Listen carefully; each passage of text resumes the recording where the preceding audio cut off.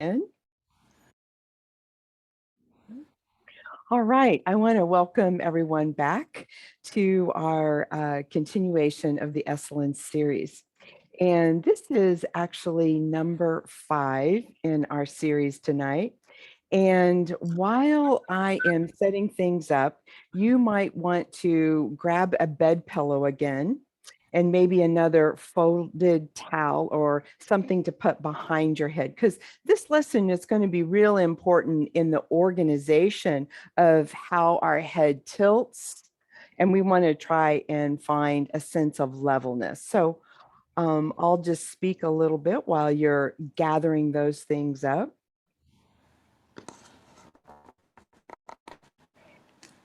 The name of tonight's lesson, I've named it, it's called Tick-tock. Tick-tock. And we're going to be restoring this, what we call the lateral or side-to-side bending and rotation of the thoracic spine. So we're going to start to open up this next connection. And throughout this series, we've been trying to, well, my intention has been anyway, is to consciously integrate those 5 cardinal lines of the human structure, what Feldenkrais calls the 5 cardinal lines: 2 arms, 2 legs, and then the vertical cardinal line. Now, one of the things that we're going to target tonight is the second most dysfunctional relationship. Again, this is my opinion. The second most dysfunctional relationship in the human body. And that is the thoracic spine and the feet. All right. This connection between the thoracic spine and the feet. So we're going to see what comes about in this relationship, and how can we just improve it a little bit more over and over again. Okay, so we're going to start with, first, you've gotten your things. Those people who are just signing on, I was just asking them to have maybe a bed pillow of some sort, a folded towel, and something to put under your head. So we're going to start first in the standing position. So please stand up. And as always, I'm going to have you mute yourself too, Lindsay. As always, we have a point of reference, or what we call a reference test, because we do something before, we have like an intervention, if you will, and then we retest, we re-observe. And what we're trying to do is to really improve our ability to tell differences.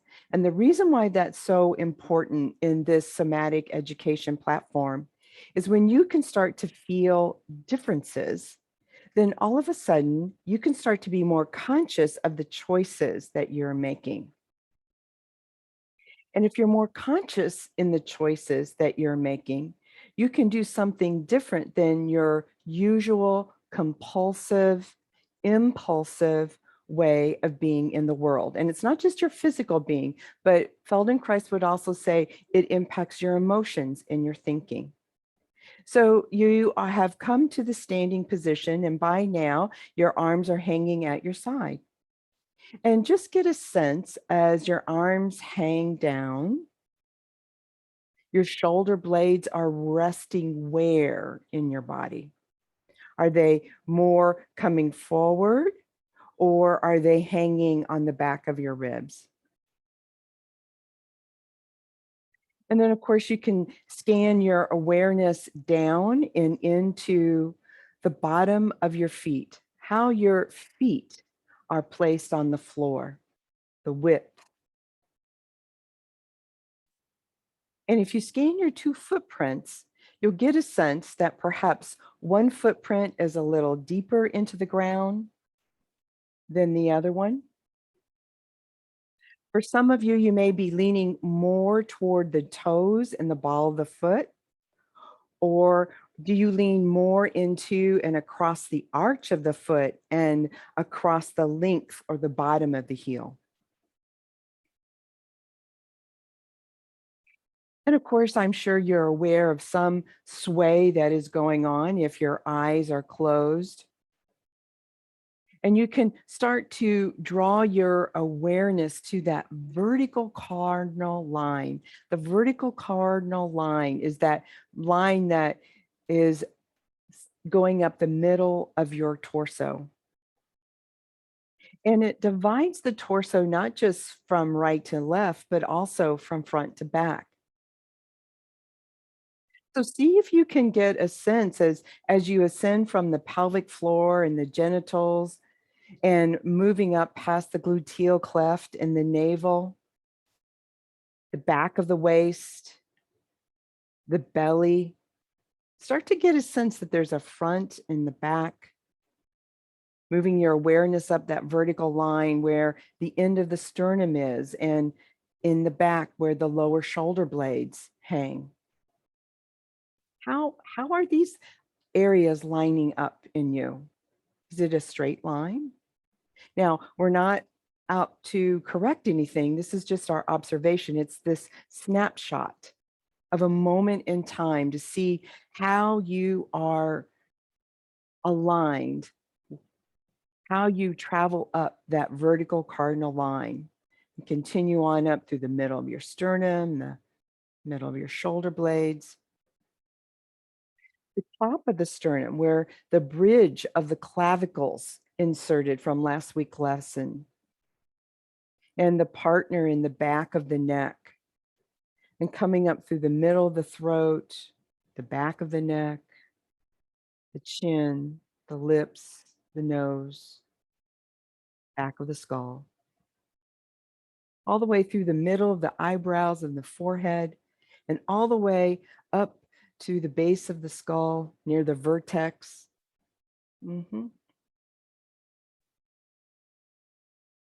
And from this place, once or twice, perform a very slow head rolling, as though that we were rolling our head between our hands from a previous lesson, and see what's the quality of your head rolling to the right, coming back, the quality moving to the left, coming back. Mhm. Good. And now, how about that quality of letting your hands, one hand reach up into the ceiling as high as you can, just kind of getting a sense of what it's like to raise one hand towards the ceiling, the impact it has on the torso or on the feet. And then you lower that down. And then the other hand. Mhm. Good. Awesome. All right. Now come to lie on your right side. You want something underneath your head so that the head is level with the torso.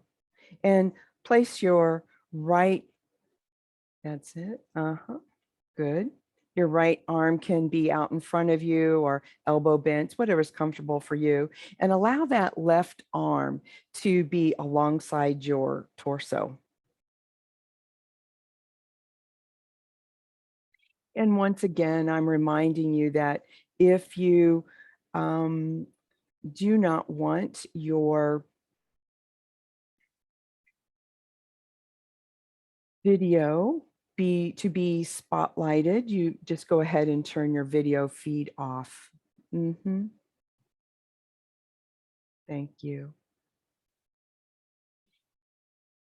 And then once or twice, begin to familiarize yourself with the shoulder moving forward towards the center of your room and then away from the center of your room. So you're lying on your right side, your left arm is long on the torso, your left hand is draped across your buttocks. That's it. And then once or twice, moving the left shoulder forward and back, forward and back. All right. So we're not reaching the hand. Your left hand stays on your, that's right. Good. And then once or twice, just notice the capacity of you to slide your hand down in the direction to the bottom of your mat. So the hand stays on the torso, or I should say, it kind of slides off your buttocks, doesn't it? Some people let it go down the thigh. That's fine too. And notice for yourself is what stops you from going any further? Is it a tug on your neck? Does it get caught in the armpit? Does something happen with the ribs? What's your stopper there? Okay. All right. Now let that go and come to lie on your back. And you want to organize something underneath your head. Some of you will need it, some of you won't. And if you have a tendency when your head lays on your floor and you have a tendency to tilt the chin up towards the ceiling, then what will happen is that's an indicator for you that you need to put maybe 1 or 2 towels underneath your skull so that the bridge of your nose and your chin is quite level. Or another way of saying that is that the back of your neck is long.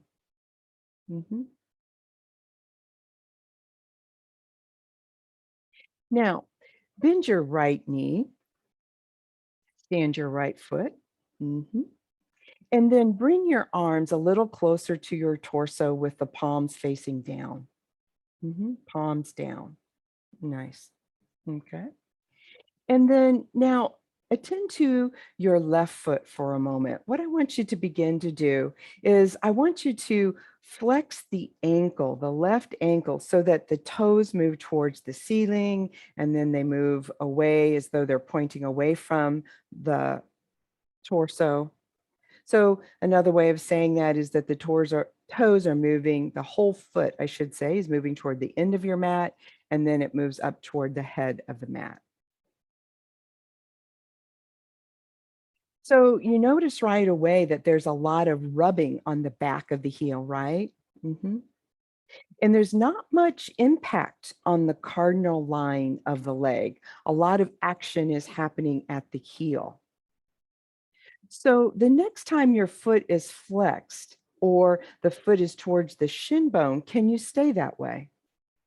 Now, keeping a flexed foot, a flexed ankle like that, can you begin to lengthen that cardinal line of the leg so that the heel slides down in the direction of the bottom of the mat? And so, of course, if the heel is going to go, then the whole leg goes and the pelvis goes and the buttock on that side goes. And then you have to manually draw it back up by using your buttock or your hip, like shrugging your hip. And so a couple of times what you're doing is you're sliding the length of your left cardinal leg long and short, all the while, even as it gets short, the knee is bent, is straight. It doesn't bend. That's right. And definitely you can start to get a sense that there's a side tilting in the pelvis, right? Long, reversing it. So the right foot stays standing, right? It's not the moving cardinal line, only the left. That's right. Good. Now, start to notice what's happening with the shoulders. As the leg grows long and short, is there anything happening going on there? Now, for some of you, when the left leg is extended and that foot is flexed and you're standing, that's right, Tony, you're standing the right foot, knees bent, left leg long and short. Now, some of you might get a little bit of pinch going on in that left buttock or that left SI. Now, if that's you, I want you to stop for a moment, okay? Just stop the lengthening of that leg. Good. So let me just make myself clear that your left knee does not bend as it grows short. So it's not about bending and straightening the left knee. The left leg stays one long cardinal line. That's it. All right. Now, I want you to flex the left ankle again. And I want you to imagine that that whole cardinal line is a rolling pin. And I want you to roll your entire leg inward. So you'll feel the toes roll inward, you'll feel the knee roll inward, but I'm looking for that upper thigh, the upper part, the top of your thigh to roll inward and then return it back and you roll inward. Now, some of you, as you let that thigh roll inward, it carries the right knee to the right. But I want you to leave that right knee standing, postured toward the ceiling, the tip of the knees toward the ceiling. And as the left thigh rolls inward, maybe the left knee can roll or move a little bit toward the left, as though that you're closing that space in your pubic bone or trying to inhibit yourself from like going to the bathroom, trying to bring the legs together. When you roll the legs inward like that with the left foot flexed, what happens is you get a chance to renegotiate how the lollipop of the cardinal line of the leg is seated into the pelvis. And so some of you who are getting a pinch as you make the leg long and short, you can eliminate that pinch. All right, good. All right, now see for yourself if that was very helpful. So once again, begin to lengthen the left leg long and then retract it short. See if that was much more helpful. Now I'll say this once again. And so if you're in the sound of my voice, as the heel is sliding, that left heel is sliding, the left knee does not bend. It does not bend.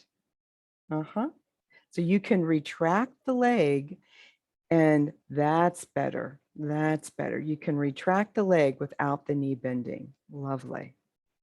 Good. All right. Let that go. Roll onto your side. Your right side, please.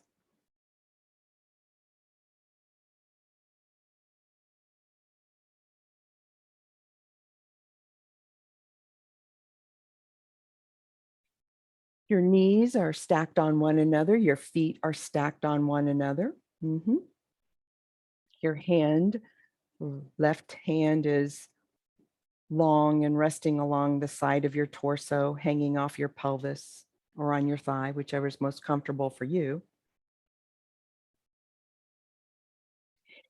And once or twice, I want you to begin to straighten your left knee as though that you were going to kick a ball out in front of you. So straighten that knee, you kick it, and then you bend the knee and you return it back. And again, good. No problem. All right. Now I want you to keep knee on knee as you are doing that. Flex the foot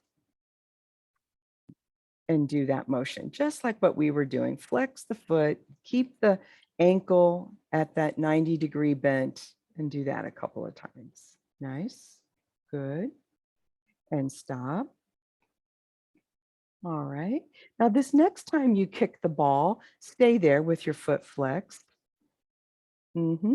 Knees on knee. So what I want you to do is, can you make the leg long here from this position, as though that you could reach to the room, to a corner of your mat, and then withdraw it. We're not, keep the knee straight. Keep the knee straight and retract it back and forth. So I'll say that again. That's it. Now you're getting it. Mhm. All right, good. Let that go. Turn on your back. Bend the right knee, left leg long, arms down by your side, palms down. Flex the left foot. Keeping the left knee straight, once again, slide that long cardinal line down to the bottom of your mat and then up toward the top. And see if that's a little more acceptable in your pelvis, in your buttock. And maybe you might have a little more clarity of what's happening with the shoulders. Mhm. All right. Pause. We're going to keep the left hand along the floor by the torso. But what I'd like to do is I like to find the best place to take the the right hand over head. All right. So for some of you, it'll be so easy to just lift your arm up and place it over the top of your head. But for some of you, not so easy. And so this is where a pillow, a bed pillow underneath that arm will be so, so helpful. Okay. So you have some support of there so that the right arm can be long and over the top of the head. So if you were laying on a clock or the image of a clock with that arm above your head, it doesn't have to be straight up towards the number 12. It could be off to the side a little bit, like maybe even 11 o'clock, or it could be 10 o'clock. And you know what? Even a 9 o'clock position with your arm out to the side would also work on this lesson. All right. Nice. So the left leg is long, the foot is flexed, the right knee is bent, the foot is standing, the left hand palm down, the right arm over the head somewhere, palm up. And start to make that same motion of the left cardinal line being long, getting long, and then let it come back. You manually may have to bring it back, right? And then you start again. And as you're doing that movement, can you get a sense that actually the hands begin to lengthen from one another, don't they? Right? It's like the hand above the head goes a little further, and the hand down by your side is following the heel. You keep that left heel flexed. And then as you start to get that sense, yeah, that is happening. So now start to initiate and bring into conscious awareness that you're going to intentionally lengthen those hands a little further apart as that left heel reaches toward the bottom of the mat. The left hand follows the heel. The right hand moves away from those two. And then they get a little closer together, stretching as though that there's a rubber band in between the two, and that you stretch the rubber band from one hand to another, and you feel a very particular area going through the middle of your back where this vertical cardinal line is connected to those. Good. All right. Now, let that go and be gentle with yourself as you bring that right hand down. Some of you have to bend the elbow, bring the hand in front of the face, and lower it down. Some of you have absolutely no problem to do that with your shoulder, and that it's very easy for you to bring that down.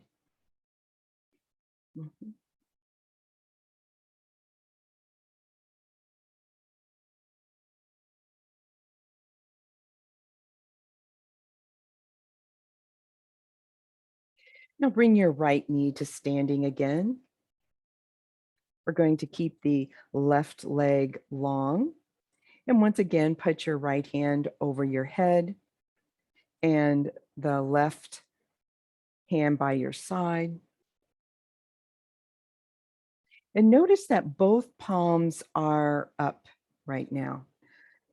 To your capacity, what if you begin to roll the, no, I'm going to change that. We're going to keep the right hand up. Yeah, thanks. And begin to initiate taking your hands a little further apart and together, stretching the rubber band, and then bringing it back. Now start to notice the head. Yeah. So the head for some of you can be rolling, especially you might notice that as the left hand reaches down in the direction of the mat, that the face wants to go a little more toward the left. You can roll it. Good. All right. And this time, instead of rolling, could you begin to slide the back of your head as though that the face could stay oriented toward the ceiling and that the back of the head could slide and follow the left hand, and the right hand might make it easier for the right hand to reach above your head. Good. All right. The next time you find yourself in the middle, let that go. Bring your right hand down, lower your right leg.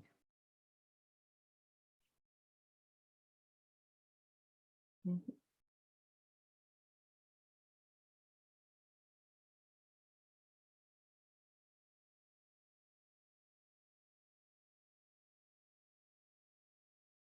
And once again, bring yourself to that same configuration, right knee bent, left leg long. Right hand over the head, left hand palm down, right hand palm up. And remember, the name of this lesson is called Tick-tock. And I named it Tick-tock because I had the image or the sensation that my head, my ball that sits on the vertical cardinal line, was like a pendulum.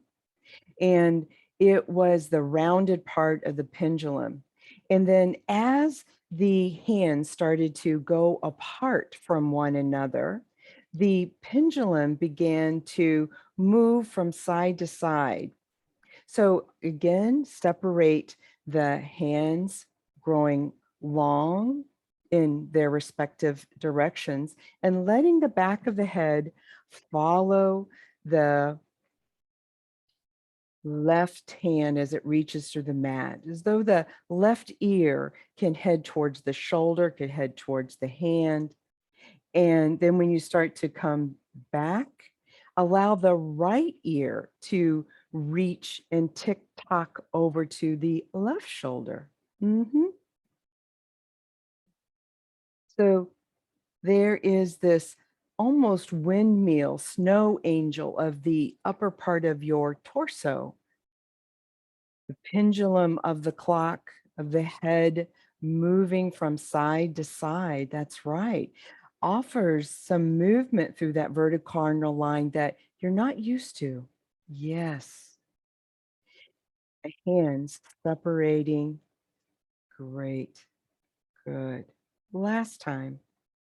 And then when you come back to the center, with great respect, lower that right arm down. Mhm.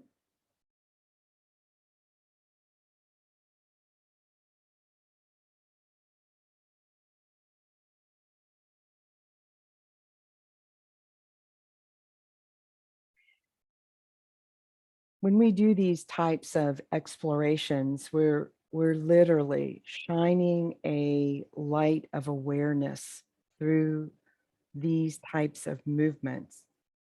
And we're allowing this light of awareness to call to our attention, there's some connection here.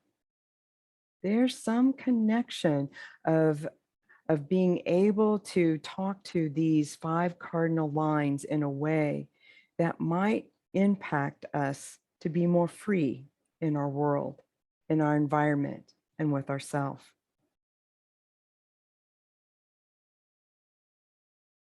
Now, draw up the right knee again, left leg is long, but this time change over your arm so that the right arm is by your side, palm down, and the left arm is above your head. And one of the things I recognize when I work with clients is the respect that one has of being able to raise the floor from the ground is just paramount, because if you move and it bites and it pinches, you will send a signal that disrupts the coordination, or what we call motor control of movement. And then that in turn begins to set up over time a dysfunctional relationship that you have with yourself and within yourself. And keeping your right arm down by your side, let that palm begin to move toward the bottom of the mat and the left one up towards the head of the mat. And begin to, once again, separate the rubber band. Now this side is going to feel a little different. And as you separate the rubber band, get a sense of, hey, is my head moving? I'm more of a roller, or am I more of a glider? Where could the pendulum be for me here? So if my head was the end of the pendulum, the ball, that's right.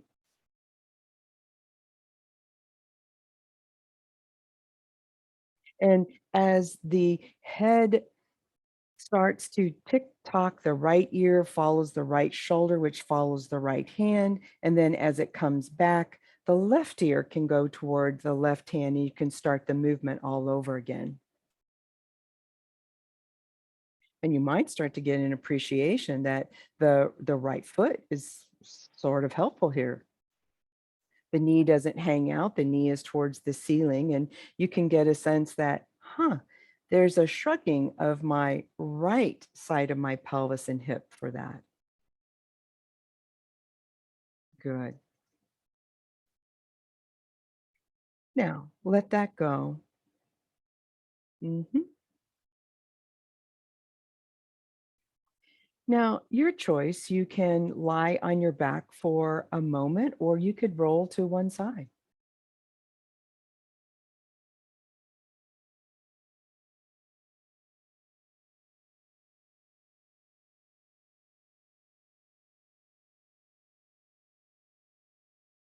Feldenkrais said that when we were in our childhood, thinking back as children, I'm a grandmother of 4 from the age of 6 months to 10. So I have a beautiful range of the observation of movement, and these cardinal lines is with children. The limbs, the lines are totally free. The muscles are so supple and responsive. And for the most part, we could move very free when we were kids, right? But as you know, with the things that happen in your life and your trauma, the culture, it changes our focus. We move from inward to an outward external focus. And so how we attend to ourselves in our movement, our desires, our needs, we tend to put brakes on ourselves that we don't even realize.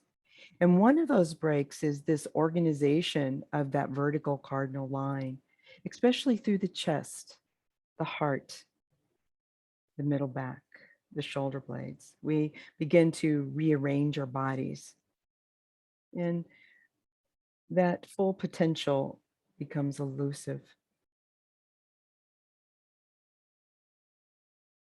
Now, once again, roll onto your back, bend the right knee,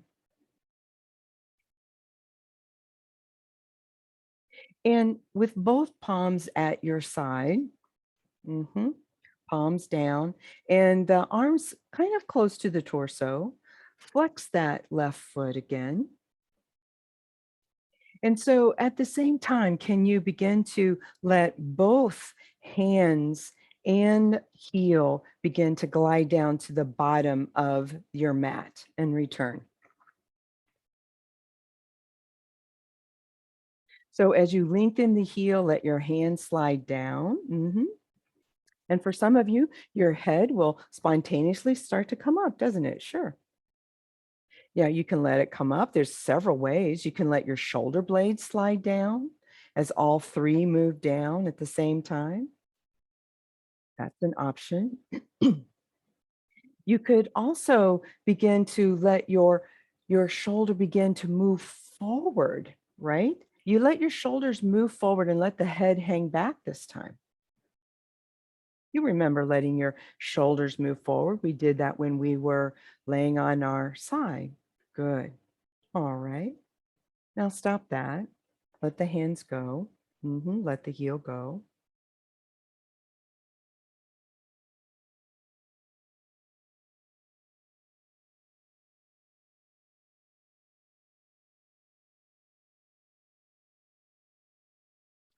Now, bend your knee again, the right knee again. Left leg is long. And your hands are at your side for right now. Could you lift your left shoulder away from the floor? And as you lift it, it's not just straight towards the ceiling, right? Because there's a kind of an arcing that the left shoulder lifts and kind of arcs into towards the breastbone, doesn't it? So we're just going to come back to this lifting of the shoulder like that, but we're going to have our left hand in a very particular place. I'd like your left hand, palm down, to be in the small of your back, that place where your waist is. Now, once again, some of you may not be able to put your hand there. If you are one of those people, you can also place that left hand, palm down, underneath that left buttock so that the thumb of your left hand is in alignment with your gluteal cleft. Now, your gluteal cleft is the fancy term for your buttock crack, okay? So your choice there. Some people have the range in their shoulder to put it in the small of their back, that place where it's hollow, where the lumbar spine is, or the top of the waist begins. Or you can put your hand right underneath your buttock at the level, thumb level of the buttock crack. And once or twice here, begin to lift that left shoulder as you were doing away from the floor. Now, very different in that lifting, wouldn't you say? With the hand behind you like that. All right. Now, pause there for a moment in the lift. Can you bring the right hand over your head, palm up? And we're just going to let it kind of rest up there somewhere. And begin to come back to lifting the left shoulder away from the ground and then into the ground. And every time the shoulder lifts, let your face turn to the right. And then as the shoulder moves back, let the face turn to the left. So it's like you're rolling the head a little to the right and a little to the left in this motion of shoulder raising forward, shoulder moving back into the floor behind you. Good. All right, pause there. Can you switch that up?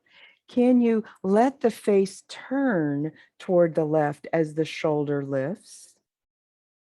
And then as the shoulder withdraws to the ground, let the head roll to the right.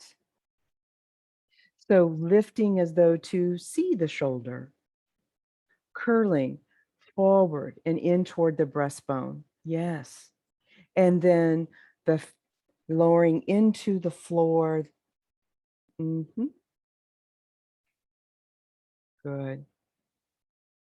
And then the next time you find yourself there in the middle, let that go. You can bring your hand out from underneath your pelvis. Let your legs be long, your arms long at your side.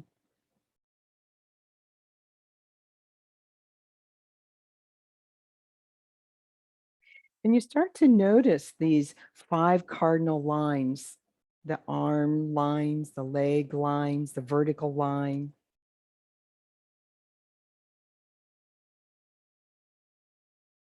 What's starting to be your experience of those lines? Are they a little longer, smoother, less bumpy?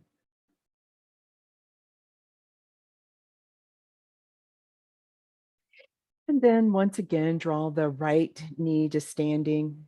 Let the left leg be long and tuck that left hand again, either underneath your buttock or your small of your back. Again, it's your choice. You might want to try it underneath the buttock. That's an option for you if you've had it all the way in the back of your waist. Because the position of your hand, this is a nice little pearl for practitioners. The position of that hand will signal a different place in your thoracic spine to become more available. It's very sweet. Okay.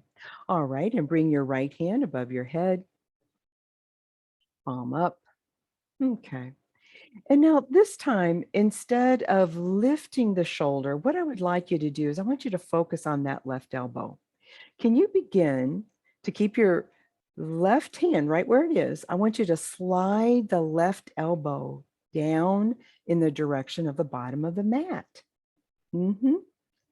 And right away, you start to get a sense that there's this tug in the neck, isn't there? So that the head can start to move like it's pendulum again. It's a very different kind of move than just rolling right and left. And so you can straighten the elbow. And of course, as you straighten the elbow, it's a relative term, isn't it? I mean, the elbow is always bent, but it straightens and it bends. And as the elbow slides down in the direction of the mat, let the whole skull, the back of the skull, follow the right ear, following the elbow down, gliding the back of the head. That's right. And it feels like as the pendulum is sliding and following the elbow, that you're finding a different place within that thoracic spine to side bend. Yeah. Lovely. Lovely. Good. And then the next time you come to the center, then let that go.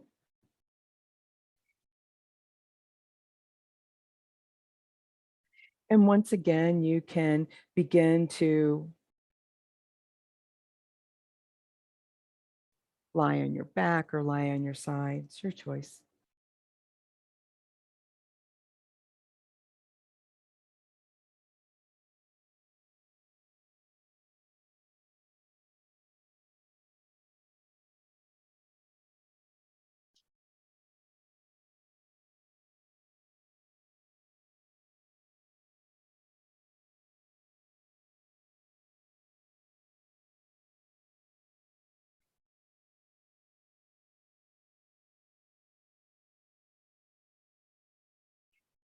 Intentionally, they're not saying anything, just allowing you to really move into your experience of quiet and give the nervous system a moment to integrate.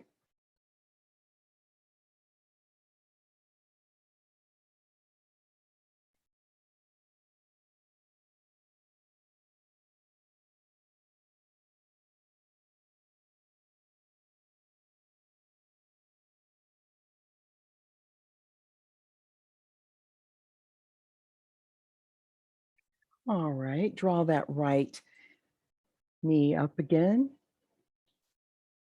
And this time, place your left hand over your head, palm up, and your right hand underneath the right buttock or the small of your back.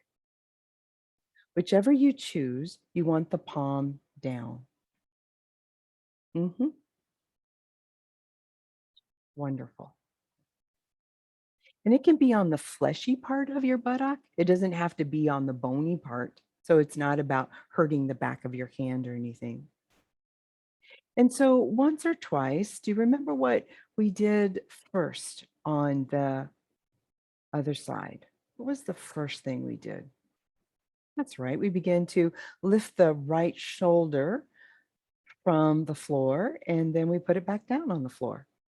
Now, could be a very different game changer here for a lot of people. The range of motion in the shoulder may not be quite available. And as the shoulder begins to lift and move towards the sternum, let the face start to also move toward the left, as though the head could roll. And then when you withdraw the shoulder, we're not just letting it plop back. Can you push the shoulder back? Mm-hmm. And let the face turn toward the right as the shoulder returns to the floor. And as the shoulder lifts from the floor, it turns to the left. And as it's lifting from the floor, is there any help from the right hand that actually can assist that motion? The right hand pushing down into the ground to help that. I don't know if that's a helpful hint for some people. There we go. And then can you reverse the motion of the head, of course?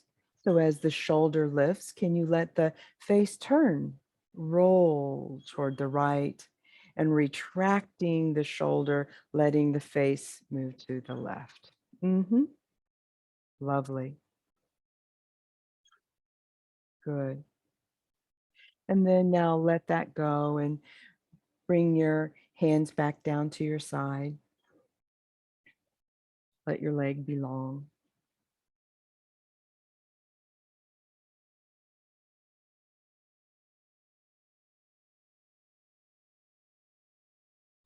I find that this lesson, repeated in small doses, can profoundly impact how you carry yourself in the world and walking and standing. So this is one that you would put on your list that you could get a lot of value out of. And then once again, bend the right knee, stand your foot, right hand underneath the small of the back or the buttock, the thumb at the level of the gluteal cleft, and the left hand supported in just that perfect resting place for you above your head. The palm is up. Lovely. All right. Now, begin to let that right elbow begin to slide as though it wants to reach down toward the bottom of your mat. And of course, the right elbow is connected to the shoulder, and the shoulder is connected to the clavicle, and the clavicle is connected to the cardinal line. And then the head can start to actually feel it. When the neck starts to want to draw down, the right ear wants to follow the right shoulder. Now, to get the shoulder and the head back up, what if you intentionally straighten your right elbow? S- Straighten your right elbow. Yeah, almost like you're letting your elbow come a little closer to the right side of your torso, and it straightens you back to the beginning so that you can bend the elbow, carrying the pendulum of the clock. And then straightening the elbow allows the pendulum to move towards the left shoulder. So the right ear to the right shoulder as the right elbow is going down, and the left ear to the left shoulder as it's coming up.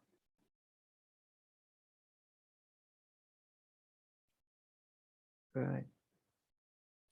All right. And let that go. Resting on your side or your back.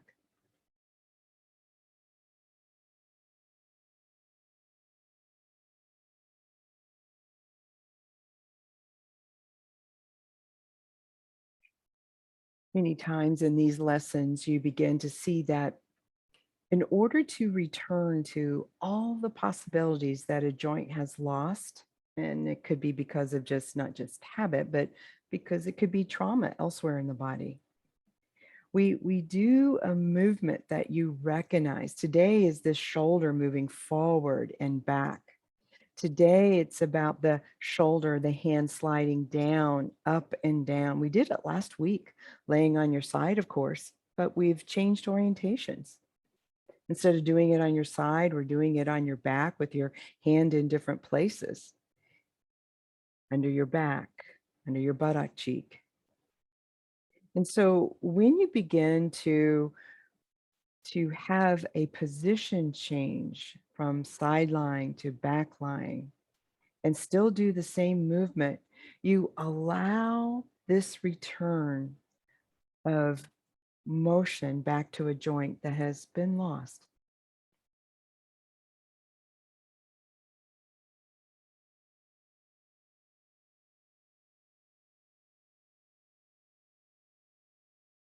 Now lie on your back again, right knee bent, left leg long, hands down by your side, in towards your side. Flex that left foot. And begin to slide both hands down and lift your head and shoulders while you do that, and see that if that's just easier to curl that cardinal line right off the floor and the head starts to lift. And you would look down at your belly. Good. All right. Good. Pause.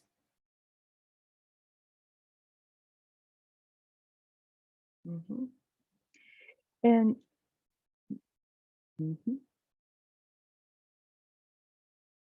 So what I'm wondering is if it's possible for you to let both hands start to slide down in the direction of the bottom of your mat while the long cardinal left leg actually slides up towards the top of the mat. And then as you lower yourself down, the left leg slides down to the bottom of the mat while the arms slide up, keeping your elbows relatively straight, right? That's the caveat there, is to keep those elbows straight. And it might feel like it's easier to lift the head or to move the vertical cardinal line in a little more pleasurable way. Yeah, good. Now let that go.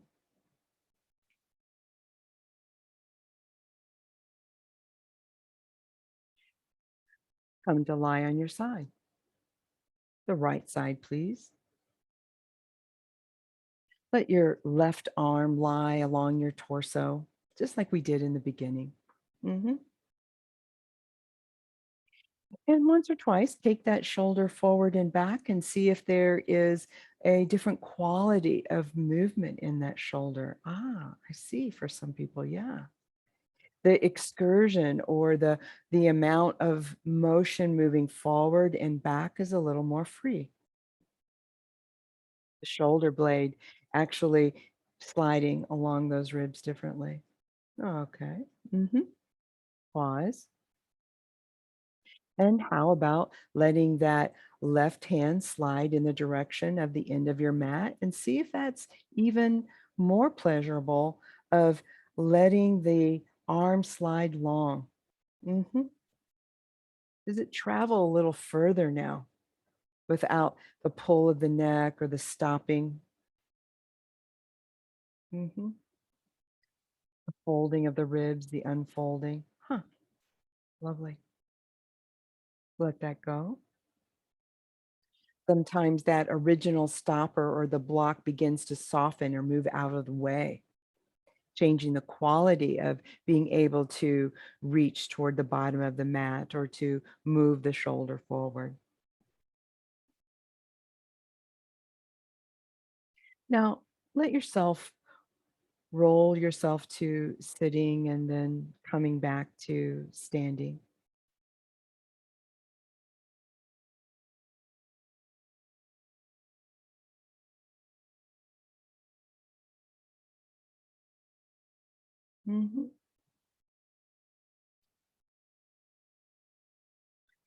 Taking a moment there. Don't worry about adjusting the camera. Just let that go. This is more about you and what's your observation now that we've done this movement? Just like, where do your feet just spontaneously stand on the ground. Notice the width. Notice the depth of the footprint. And then the carriage of the weight more toward the toes. Are they a little more free? Is the weight a little bit more towards the arch and the heel?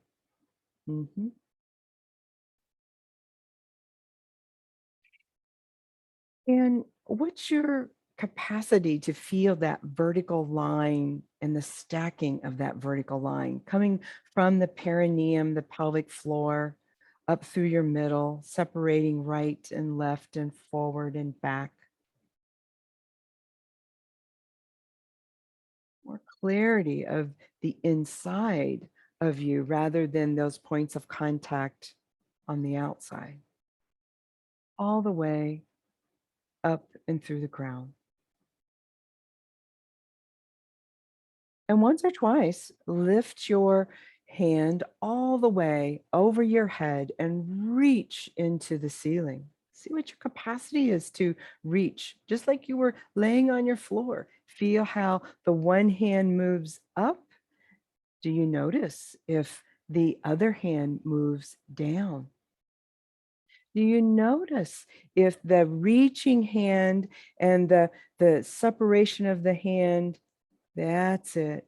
If you are standing more clearly on one foot versus the other during the reach. Good. Nice. And then take this into walking wherever you're at.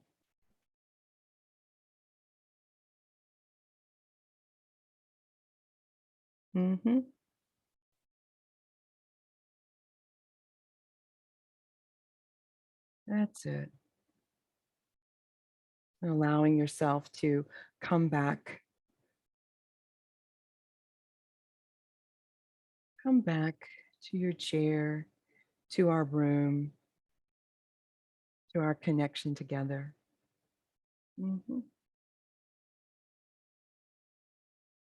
Lovely. Tick-tock, right? Tick-tock is there's something deep in here being able to move. All right. Now, as always, you are so welcome to stay in this place where you've been. And if it's brought you into a quiet place and you want to hang out there, that's all well and good. And if it's time for you to sign off, no worry, you'll hear any of the comments or questions that come after that in the recording. All right. So we're just going to spend just a few minutes connecting to one another. And if there are any thoughts or shares that you would like to call forward, we're willing to hear that and witness that as well. So to do that, if you look down at the bottom of your screen, there is a place where you can have, it's called reactions. And under the reactions is this little hand that waves. So, all right, Miss Tony, go ahead. Hi, Carol. Hello. That was phenomenal for me. I suffer from neuroma and all kinds of things in my right foot, and I can't feel it right now. That it's like it's clear. I usually have a numbness that's constantly there, and and there's actually a little buzz going on in my foot right now. So that was phenomenal. Thank you. You're welcome. You're welcome. My pleasure. It's just remarkable, I think, to, change that vertical line. We just think it's a stick, right? But remember, the vertical line is a bunch of these circles stacked up on top of one another, like tires, the vertebral bodies. They're not donuts, maybe in between are kind of donut-like, but they have the capacity to be very strong and to move and to open up the sides of the vertebra to allow this freedom to be restored. Yes, Madeline. Hi, Carol. Thank you so much for this lesson and for the series. I have a technical question because actually it's so great that you're teaching this series because I've been working with my students from the ground up, starting with the feet, the legs, the connection into the hip joints, and I'm moving up to the head. So this was perfect. But my question is a technical one. When you're lying with legs long or a leg long, your foot is sometimes turned out. And so my question is, you didn't say anything about the orientation of the foot or the toes to the ceiling, keep them out to the side, does it matter? Or just encourage people to experiment with the flexion with their foot in different positions? Mm-hmm. Thank you for that question. I'm going to spotlight me first, okay, just so that you can see here. I've got a leg, okay.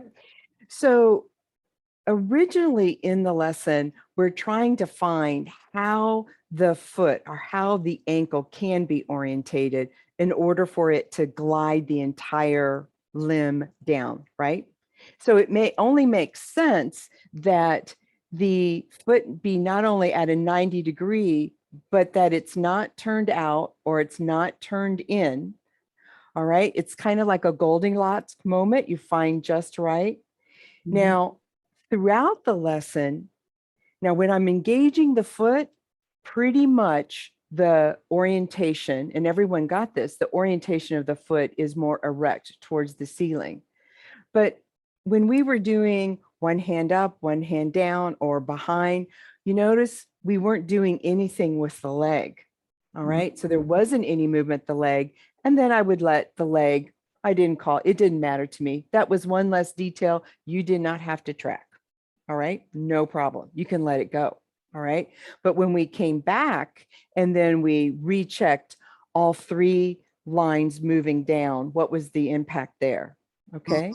Mm-hmm. Now, this rolling inward business is a really, I don't know if anybody else felt this, but if you are prone to a scoliosis or it almost feels like a bite in your SI joint. I see some people shaking their head. If your client said, oh God, every time I bring that down, that hurts, then that is the reason why we stop the transition of the lowering of the leg and we roll it inward. We roll it inward. And it's not just the thigh, or excuse me, it's not just the foot, Madeline. You really want to get your clients in your class to get this upper part rolling inward and don't let that right knee hang out. All right. Because when you bring anything in toward the midline, it accentuates the awareness of the nervous system of that midline. Okay. Does that make sense? And then when we had you lie on your side, knee to knee, foot to foot, I want to point this out to you, Madeline, because I saw when you watch your replay, this was kicking the ball. All right. Kicking the ball with the foot flexed, keeping the foot flex and the ball, then glide it back and forth this way. Not Yeah. I didn't understand that. Yeah, that's okay. And operator error on my part. So I just want to call that forward for you because those are self-treatment strategies that can then make the movement more possible up that vertical line. And this movement that you're going to get brings it back to the integration of all the lines without you getting distracted from, oh, and there goes that bite again. Ouch, ouch, ouch. And that's all you can think about is ouch. And if you're giving yourself that ouch every time, you need to stop. And you need to employ those strategies. Okay, great. Thank you. Okay, let's see. You see Manja's hand up. I do. Manju, you? I think she had to step out of the room there. So I'll circle back to her. So Miss Susan.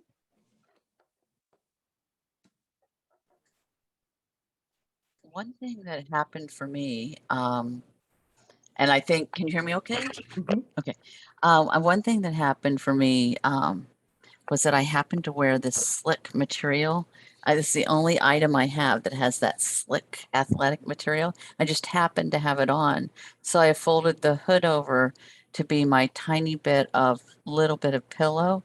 And so that meant when it was time to slide the head, it already wanted to do that anyway, that I just kind of got lucky that it made it easier. So my hair wasn't getting caught on a mat or a rug like it has in other lessons. But the question I had, I noticed the very first time we flexed the foot that my calf muscle lifted my left heel off the mat. Mhm. And I went ahead and let that happen. And then when we were kicking the ball on our side and I had the foot flexed, I was able to see it. And I saw, oh, not only is my foot flexed, my toes are trying to help the ball of my foot because they're curling upwards. So is that something I should work to have my toes more straight, that they're trying to help my foot along? I think that's what I was doing. I think. Mhm. Mhm. Okay, gosh, that's really nice. So I'm spotlighting this, I'm making this bigger in the video. So one of the things that you begin to understand is that the toes moving towards the shin bone is a very different signal than the foot moving towards the shin bone, which is a very different signal if I would have said, let the heel lengthen from the back of the calf. Those are all three different cues that you could use. All right. So in this lesson, I didn't want to disturb you from taking the heel away from the back of the calf because I wanted the image of the heel gliding the whole leg down. So I talked about the foot moving and keeping the toes independent. Now, if you have been relatively lost some of this ability to keep your foot at that 90-degree angle, more or less, you're going to be a little more, could I say, tone or tight here in the calf, so that when you begin to pull your foot towards the shin bone, then it's very common that you'll feel it here and that the heel lifts. Just allow the heel to be parallel to the ground. All right. Parallel to ground, be just fine. And then the last thing is that allowing the heel to be parallel when you're lying on your back. I love it that you had that that slickness to your head covering there. But there is a time where we begin to actually can kind of lift or lighten the back of our head from the ground. Now, the reason why that's important is it starts to turn on, I call these the abdominal muscles of the neck. So that as you are doing this tick-tock, there's also, there's almost, it's not a flexion so that we're not bringing our chin to our chest, but there's a hover as though that you could skim, all right? You could skim the ground. And so that way your hair doesn't get caught. So you can use that strategy anytime, and it starts to reset how the ball is going to sit on top of that vertical line. And that's the main reset that you're looking for. So it's a skim, a baby hover. Okay. Miss Thank you. Robin, you bet. Well, first of all, by the end of it, I feel like I'm in a trance, and which is a nice thing. But the walking was fabulous after we got up. I can hardly wait to take the dogs out. But during the process, for me, it's interesting. Susan was talking about the toes. When I'm in flexion, my toes are straight, but when I'm in extension, my toes go up. Because of martial arts, you extend the ball of your foot and bring your toes. So is that all right, or should I pay attention to that to stop doing it? Well, my teacher says, well, it's all good, right? Yeah. And then you think, well, but there's more efficient ways. right? Yeah. And what we're looking for is the GPS route that gets us to where we're going. So Feldenkrais would say, okay, so you have like, you're using your martial art foot. Okay. We're not doing martial arts. It's something I tell my gymnasts that I work on. In gymnastics, you need that. Right now, Mm. as you are walking to the car, this is not gymnastics. Right? We want the whole lexicon of choice available. All right. So Feldenkrais would go on to say, therein lies a level of immaturity of the foot that you haven't realized yet or even actualized it, because it's still under an old program that you're using and it's just a compulsion. So you go, well, looky that. Yeah. Maybe I can start to change how that toes, because then you know what that's going to do, profoundly impact the knee, Mhm. right? It's Oh, going yeah. to give your knee another level of reintegration, reorganization, and it's fabulous for a total knee to release itself from the compulsion of the foot. And more importantly, the name of this lesson, I mean, it's not just the tick-tock, but the reason why we were doing this lesson is, again, this is the second most dysfunctional relationship of the thoracic spine and the feet, and you speak to it very clearly. Okay. Mhm. So,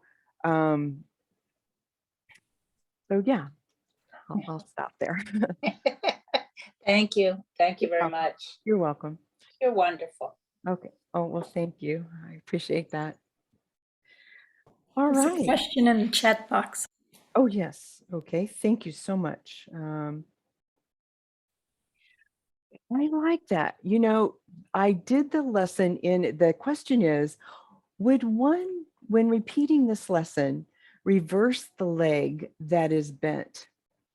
And I've done this lesson several times. I do these lessons to practice on myself so that I have the utmost clarity that I can bringing it to class. And I realized just the level of fatigue I had with my right knee bent all the time, of my inner thigh. I thought, well, isn't that interesting? And then I did reverse and have the legs, the other one, throughout the lesson with it. And what I found is, for myself, is that that's the leg that I had a total hip on, my left leg. And I was able to integrate and find something that was missing. So that's a long answer of saying, yeah, hun, I would definitely switch it over. Okay. But I wouldn't do it during the lesson. I mean, like this lesson, I didn't have you do that, because what we're doing is we're allowing the thoracic spine to side bend and rotate, and allowing it to signal that's my standing leg in walking or in gait. So there was a reason why I did that. Mhm. And the original lesson, Feldenkrais never changes over the legs. He keeps it one-sided only. Mhm. All right. Well, thank you, everyone. As always, a delight and a pleasure. So take care. Have a wonderful rest of your week, and we'll see you next week. All righty. Bye-bye.